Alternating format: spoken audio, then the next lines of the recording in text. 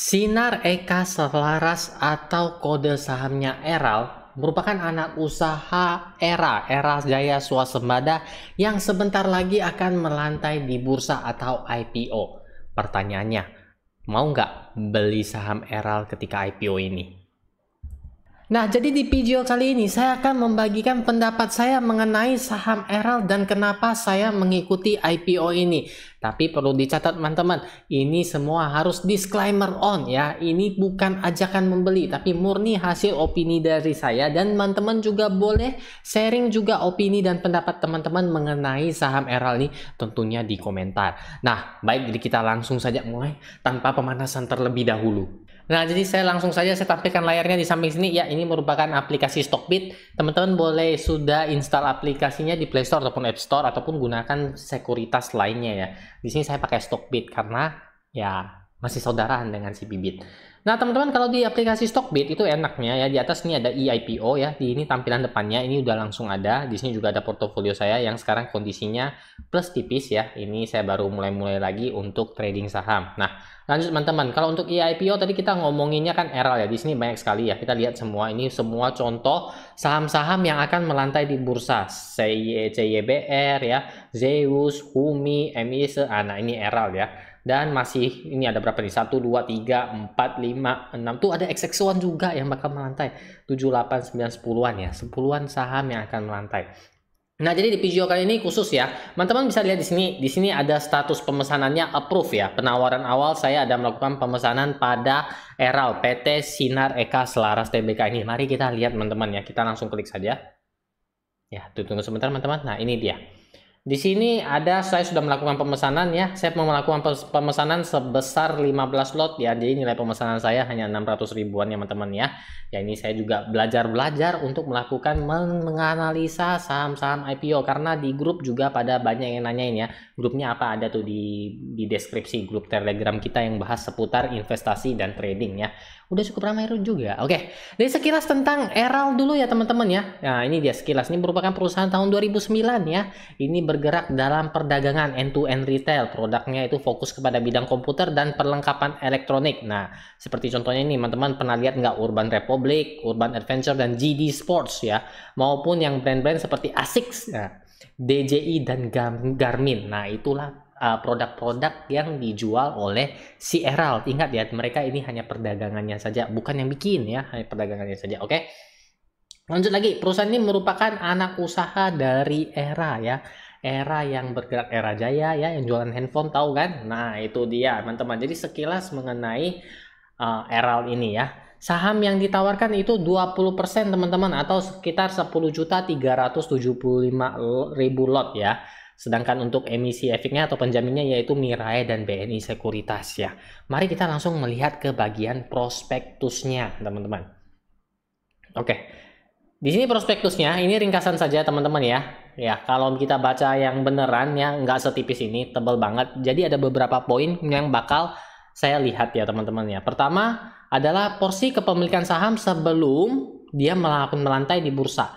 Yaitu sebelum melantai di bursa ya, porsi kepemilikan saham dari Eral ini merupakan 99% ini milik Era Jaya Swasembada atau Era, kemudian oleh Jamie Haldi Wijaya, di mana Era ini kepemilikannya sampai 99,9% ya.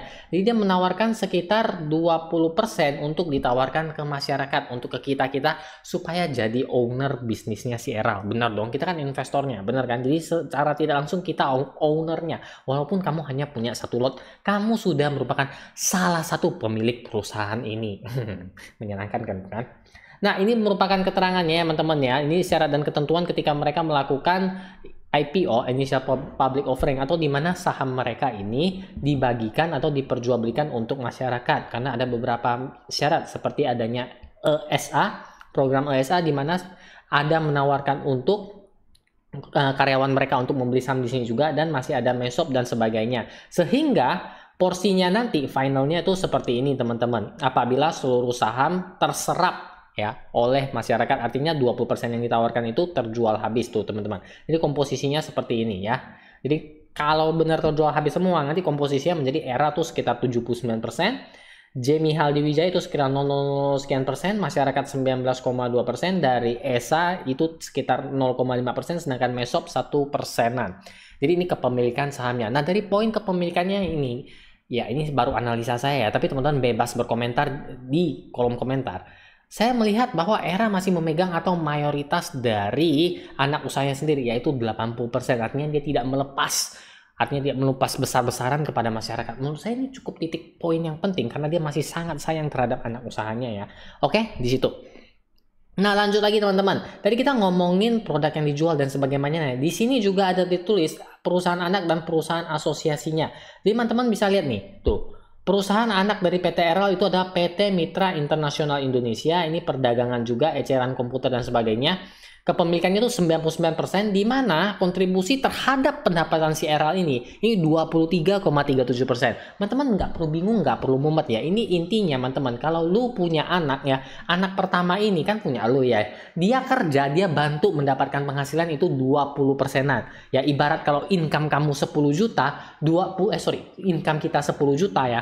2 juta itu dari anak pertama ini. Oke? Kurang lebih seperti itu teman-teman gambarannya ya. Nah, kemudian dari PT Era Indonesia, ini juga kepemilikannya besar ya, tapi sumbangsi pendapatannya hanya 0, sekian persen. Dapat diketahui bahwa PT Mitra Internasional Indonesia itu sumbangsi pendapatan terhadap PT Era itu sebesar 23%-an, gede banget. Nah, di sini juga ada beberapa catatan seperti di sini teman-teman. Sebentar ya saya lihat ya. Ini dia. Poin nomor 4 dan poin nomor 5 teman-teman. PT Master Selam Nusantara dan PT Era Gaya Indonesia. Kedua PT ini belum melakukan kegiatan usaha. Lah ngapa belum ada kegiatan usaha juga masuk? Sebentar. Nanti juga akan dijelasin kenapa ya teman-teman ya. Oke, ini poin-poinnya. Prospek usaha teman-teman tadi kita sudah sempat ngebahas ya. Menurut saya teman-teman, bagaimana menurut teman-teman usaha yang dilakukan seperti aksesori ponsel ya, kemudian perangkat-perangkat jam pintar smartwatch ya, kemudian juga masih banyak perlengkapan elektronik lainnya, perlengkapan olahraga juga yang menurut saya nih ke depannya juga masih punya prospek yang gede ya teman-teman ya. Sehingga ya iya dong, kalau kita mau owner suatu usaha nggak mungkin kan lu lihat itu perusahaan, lu lihat ada satu usaha, lihat gua mau invest tuh di sana, dia jualan apa nggak gua tahu ya, gua cuma tahu masukin duit aja di sana, terserah dia ada mau jualan apa kan, kayak gitu kan. Kita tetap kalau ingin menjadi suatu owner walaupun hanya dikit doang, tapi kita harus turut ibarat karena memiliki perusahaan tersebut ya. Jadi barang apa sih yang dijual, punya prospek gak ke depannya. Jangan pula waktu sudah dibuka langsung dia tumbang, penjualannya turun drastis, kan gak lucu ya. Kita gak mungkin mau investasi pada perusahaan yang rugi atau ngejual barang yang tidak dapat menghasilkan untung bagi perusahaannya. Benar bukan seperti itu? Kalau benar kita lanjut, kalau bukan silahkan cari alasan lainnya mungkin. Oke, itu sekilas mengenai apa yang dia jual. Di sini lengkap banget ya teman-teman ya, tapi saya sudah baca ya sekilas mengenai ini. Contohnya nih tuh, lihat tuh apa aja yang dia jual ya, earphone yang wireless dan sebagainya ya, DJI, ASICS kan semua itu perangkat elektronik ya. Penjualannya juga sekarang menurut saya itu sudah mulai meningkat ya, bahkan kedepannya juga akan mungkin muncul produk-produk baru yang akan lebih gila lagi dan makin menarik masyarakat. Jadi tidak menutup kemungkinan pasarnya makin gede ya teman-teman ya. Ini mengenai produk yang dia jual. Oke. Saya juga senang sebenarnya pada Era karena saya juga punya sahamnya ya. Seperti itu. Kita lanjut lagi ya teman-teman ya. Kita lanjut lagi. Nah, di sini juga ada beberapa mengenai pendapat menurut seperti Frost dan Sullivan, ini merupakan industri fashion dan aksesori Indonesia yang diprediksi akan mengalami pertumbuhan dan sebagainya. Jadi ada instansi juga yang melakukan prediksi terhadap produk yang dijual oleh si Eral ini. Nah teman-teman, tadi kan sekarang kita udah ngomongin produknya kita udah juga ngomongin soal bagaimana kepemilikan persentase setelah apabila dia dijual. Oh ya teman-teman, kalau ada yang bingung langsung saja tulis di komentar ya. Ini baru pertama kali saya bawakan topik mengenai saham IPO. Ya kalau teman-teman ingin fokus ke yang mana atau ingin diperhabatin, tolong dong jelasin yang ini aja, tulis saja di komentar ya. Berikutnya tadi saya ada meminta teman-teman untuk beberapa poin penting yang diingat, seperti adanya 2 anak usahanya yang masih belum beroperasi. Benar kan? Karena kita akan masuk di poin ini.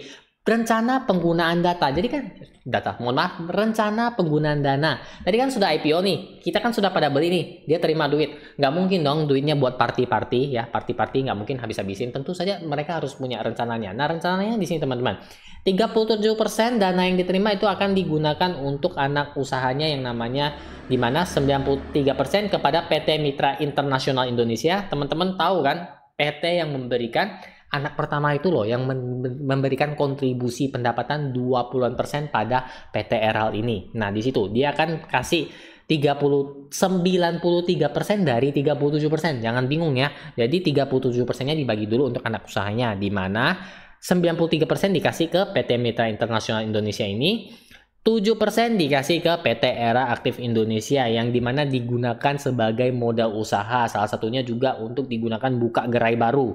Oke teman-teman ya. Kan udah nih 37% udah dipakai nih. Lanjut lagi di 13,75% digunakan untuk pemberian modal ya. Kepada sekitar 35% kepada PT Era Gaya Indonesia. Ini Era Gaya Indonesia yang belum beroperasi loh teman-teman lihat.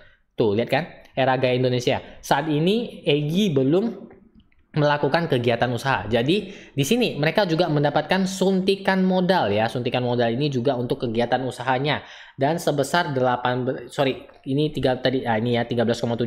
62% ya. Kemudian kan tadi kan agak bingung ya teman-teman ya. Jadi saya ulangi sekali lagi, dari 100% 37% kan kepada anak usahanya, kepada PT Mitra anak pertama tadi yang memberikan kontribusi 20% pada pendapatan si Eral. Kemudian 7%-nya kepada PT Era Aktif Indonesia. 13,75%-nya kepada anak usahanya yang masih belum ada aktivitas usaha itu loh teman-teman. Yang tadi kita di awal video sebutin loh. Di PT Era Gaya Indonesia 35% dan 65% di PT Master Selam Nusantara. Sisanya 49,25% ini dibutuhkan untuk kebutuhan modal Eral ke depannya. Jadi itulah pembagian dana IPO-nya mau digunakan untuk apa sih? Tenang teman-teman, nggak ada kok digunakan untuk party-party atau berleha-leha. Nah, kemudian lanjut lagi teman-teman, setelah kita ngebahas sedikit, ini poin yang menurut saya paling penting, yaitu adalah laporan keuangannya. Bagaimana sih perusahaan Eral ini, dan menurut pendapat saya pribadi ya, ini merupakan laporan keuangan yang baik. Teman-teman juga bisa lihat sendiri ya pertumbuhannya. Mari kita lihat soal pendapatan. Kan nggak mau kita investasi pada perusahaan yang rugi, bener kan? Nah, kalau di sini kita lihat bersama per 31 Desember ya, dari tahun 2020, 2021, 2022 itu mengalami kenaikan ya. Kan kita senang investasi pada perusahaan yang mengalami kenaikan atau laba ini. Ini juga ada beberapa rasio yang bisa kita lihat bersama teman-teman. Apabila saya bacakan satu persatu ataupun analisa satu persatu, itu bakal membuat video ini panjang, mungkin 3 hari 3 malam belum selesai saya ngomongnya ya teman-teman ya. Bahkan saya bisa mandi atau makan di depan monitor ini. Nggak seperti itu juga kali. Jadi di laporan keuangan saya hanya melihat fokus bahwa pendapatan dari perusahaan ini meningkat dari tahun ke tahun. Memang meskipun ini sangat kurang, kita harus bedah lebih dalam lagi. Kenapa dia meningkat? Apa sih yang bikin dia meningkat? Sektor mana yang bikin dia meningkat? Seperti itu ya. Tapi ini hanya gambaran umum saja bahwa untuk laporan keuangannya mereka mengalami kenaikan yang baik. Nah teman-teman, jadi sekian saja itu analisa pertama saya mengenai saham IPO yang bakal melantai di bursa PT Eral ini. Menurut teman-teman bagaimana? Coba teman-teman juga berikan pendapat teman-teman kepada saham Eral ini. Oh jangan dibeli, itu bakalan nah, atau kayak gimana teman-teman, tolong share saja di komentar sebagai bahan pembelajaran kita juga. Dan semoga kedepannya ada lagi video-video seperti ini. Apabila teman-teman yang suka, tulis juga di komentar, bagus Yung, lanjutkan lagi untuk saham-saham IPO berikutnya yang Yung ikutin ataupun yang Yung hindarin. Tolong dianalisa sehingga kita juga saling sama-sama belajar, oke? Nah, jadi bagi teman-teman yang masih punya pertanyaan, bingung ataupun request, juga jangan malu untuk tulis di komentar di bawah ya teman-teman ya. Akhir kata saya ucapkan banyak terima kasih kepada teman-teman yang sudah nonton sampai sini, dan jangan lupa apabila ingin nonton video yang lainnya mungkin teman-teman bisa nonton di sini, dan jangan ketinggalan untuk subscribe agar tidak ketinggalan video-video barunya. Oke? Terima kasih dan sampai jumpa.